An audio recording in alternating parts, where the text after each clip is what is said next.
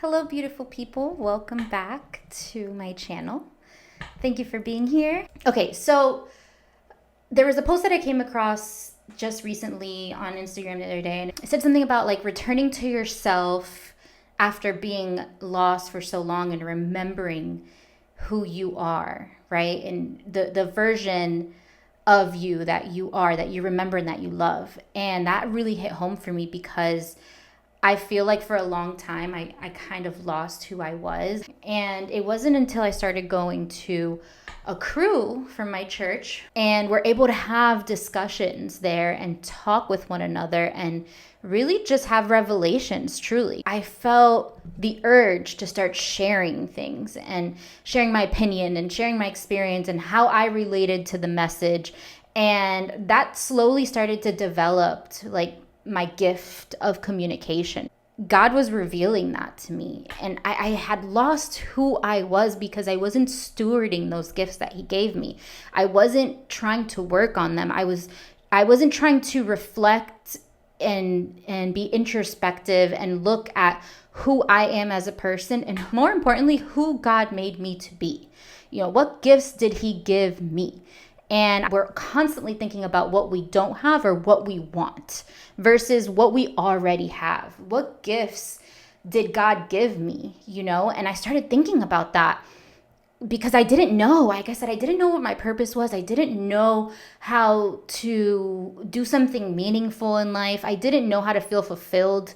And you know, being with someone like Chris, who was so sure of what his purpose was in life, and speaking with others, you know, it was very inspiring, but it also made me kind of hide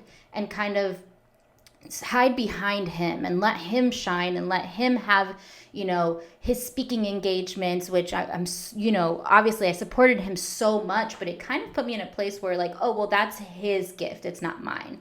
Or, you know, this is what God's doing for his life. And it was hard for me to step out of his shadow. And not that he ever put me in the shadow, because he's always spoken to my gifts. But I started to notice, wow, I do this a lot. I start to put myself in a shadow. I've been in a relationship my entire life, pretty much since I was 15 years old. I've been in a relationship with one person or another. Not many, maybe like 3 relationships really total, but it really consumed my entire life. And I was so worried about that other person, you know, and what they were doing and bringing them happiness, that I forgot how to bring myself happiness. And I forgot to look in the mirror and look past the image that I saw in the mirror and really look deeper within me and say, like, what qualities do you have that you love about yourself? I wasn't able to answer that. I didn't know. And it wasn't until I started really diving deep into my relationship with God, which means, you know, not just reading the word, but praying and trying to have like a connection with Him and hearing His presence and having Him show me things and asking Him to show me things very directly.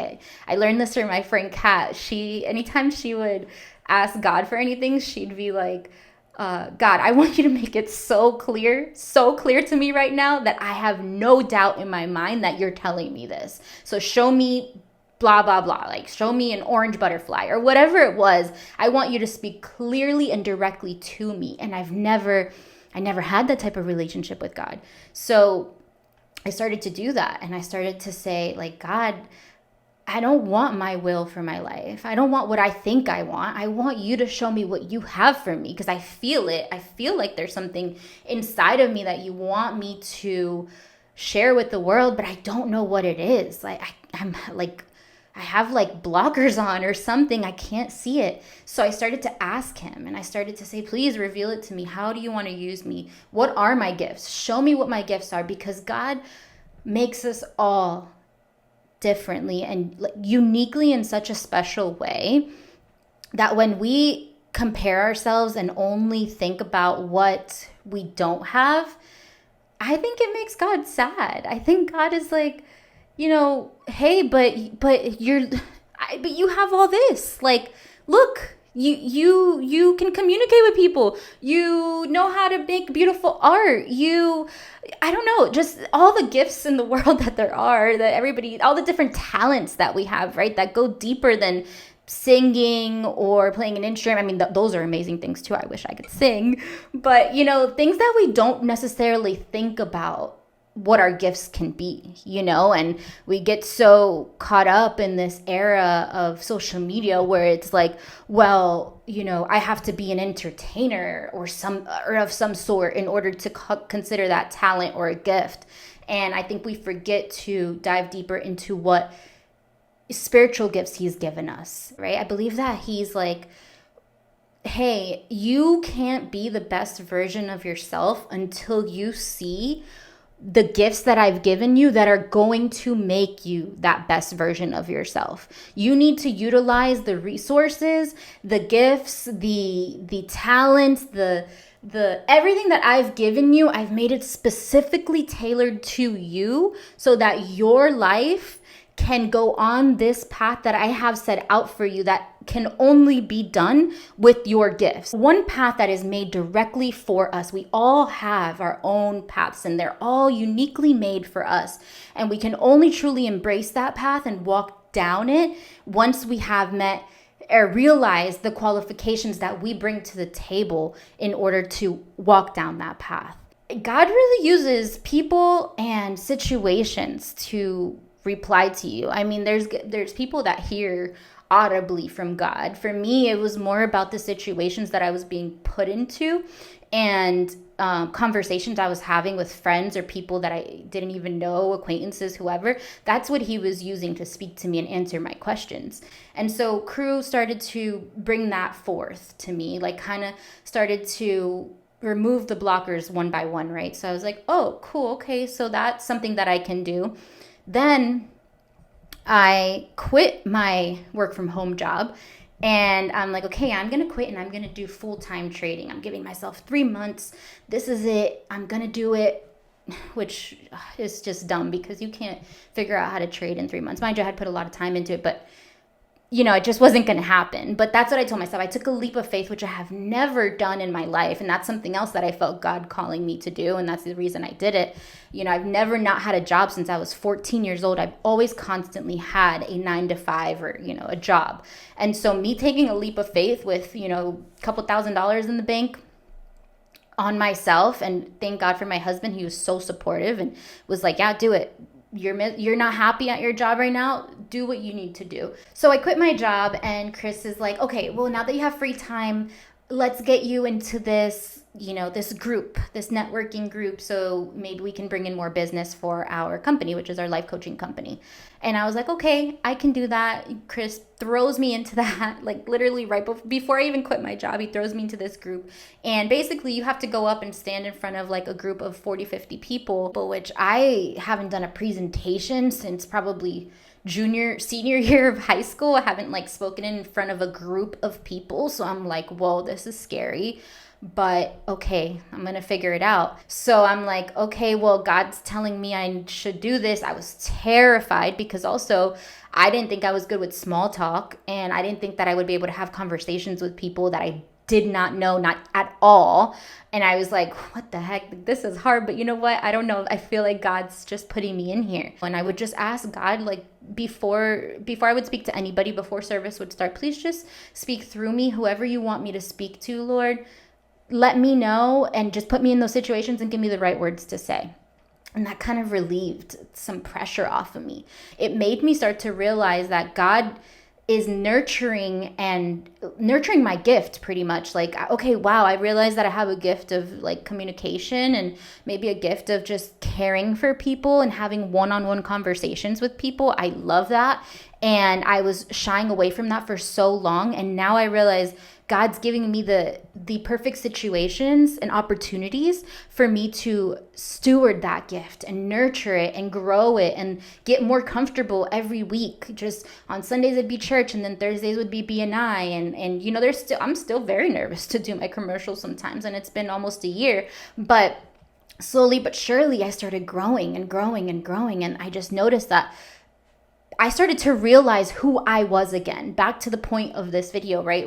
I started to realize that, wow, I feel more like myself now. I feel more like the Mari that I remember maybe back in middle school, because that's how long it had been since I was really truly myself. And I started to feel whole again. I started to feel like, okay, God is moving in my life. And you know what? God doesn't want me to be behind Chris's shadow. God has something else set perfectly for me that he wants me to steward and to grow and to use. And I started to kind of break out of that shell and slowly but surely get more confident and get a little bit more just aligned with God's purpose in my life. And the sense of freedom that came from that, the sense of just belonging, the sense of like, I'm exactly where I need to be. And it doesn't matter what somebody else has or doesn't have or what gifts they have, it doesn't take away from who I am. And I'm going to focus on what I do have versus what I don't. And that helped me so much with my next steps in life and how I live my life every day, because now I'm like, okay, I see that God gives me opportunities for a reason. I'm not going to waste them.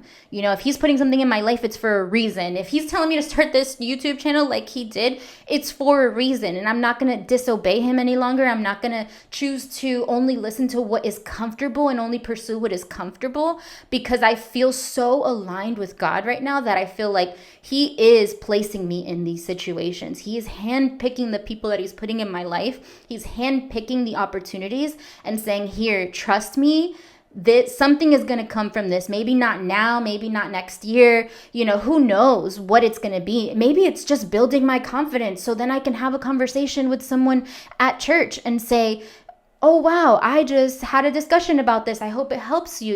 Maybe it's just for that. But it was so, so crucial for me to ask God, to show me and reveal those things to me. And once I asked him, he started delivering. He started speaking, and he's still speaking to me a lot. But I just feel like, I don't know, it's really nice to feel like I'm walking in my purpose, and I don't know exactly what that looks like yet. I don't know. I feel like I'm called to help women in some way, in some capacity. And I don't know how that's going to be, but I know that everything that I'm doing now is going to lead up to that. I know that everything I'm doing now, I need to do it with a spirit of excellence. I need to do it to my best ability with the gifts he's given me, and not shy away from them and not limit myself and say, no, that's not who I am. I need to really walk in this wholeheartedly and see where it takes me. And there's no better feeling than coming back to feeling like yourself and feeling like I'm embracing who I am. The good parts, the bad parts, I'm embracing it. And obviously there's always room for growth, but there's nothing that feels better than being 100% authentically yourself and not worrying about what other people think or don't think about it, because when you're in alignment with God, that's all that matters. So all that to say, God has a purpose for you.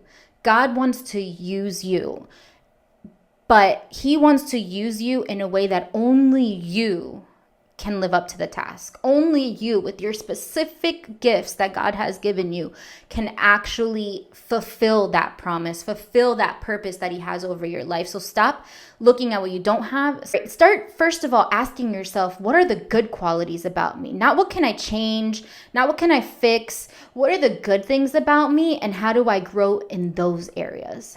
So we're so consumed sometimes with fixing the bad things about our life. And don't get me wrong, that's also growth, right? You need to reflect and say, okay, this is not serving me, this is not helping me, and I need to change that, I need to pivot.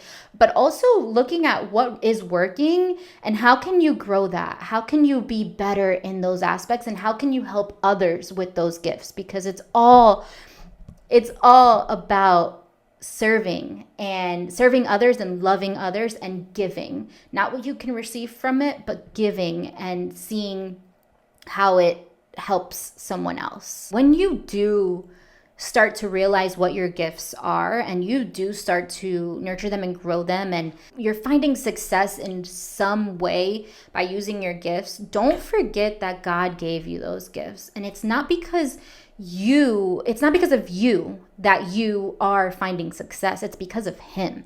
He gave you these gifts so you can use them to help his people, and you could have never done it without him. And I think that's what I've really been trying to remind myself and keep myself humble in that aspect, that no matter how big this gets, or like I said, small, it stays.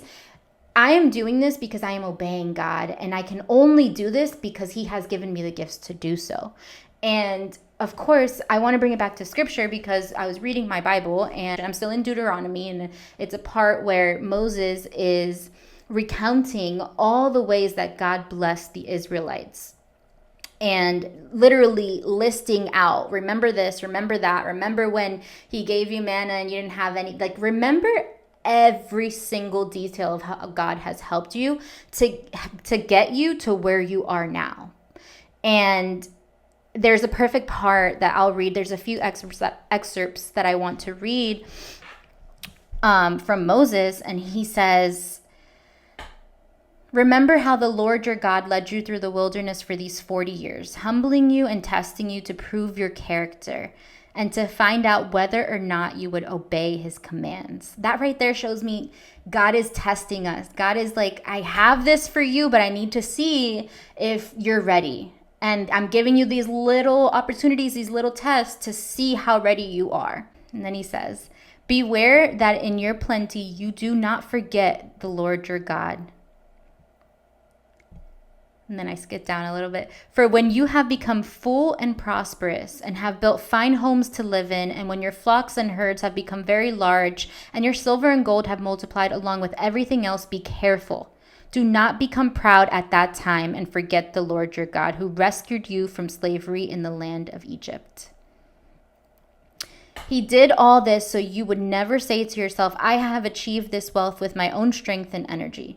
Remember the Lord your God. He is the one who gives you power to be successful in order to fulfill the covenant he confirmed to your ancestors with an oath. That was all I needed. You know, we all need that reminder that he is the one that gives us the strength. He is the one that gives us the success we are looking for. And we cannot forget to give him the glory. So that's it for today. I hope you guys liked it. I hope it inspired at least one person. And again, thank you guys for the support. I'm so happy to be doing this. And you know, the journey may not be easy. You're going to face obstacles, but just keep going. And if there's a calling in your heart that you feel God is calling you to, just keep pushing through. And the discomfort you feel is only going to bring you more growth. So thank you guys. Bye.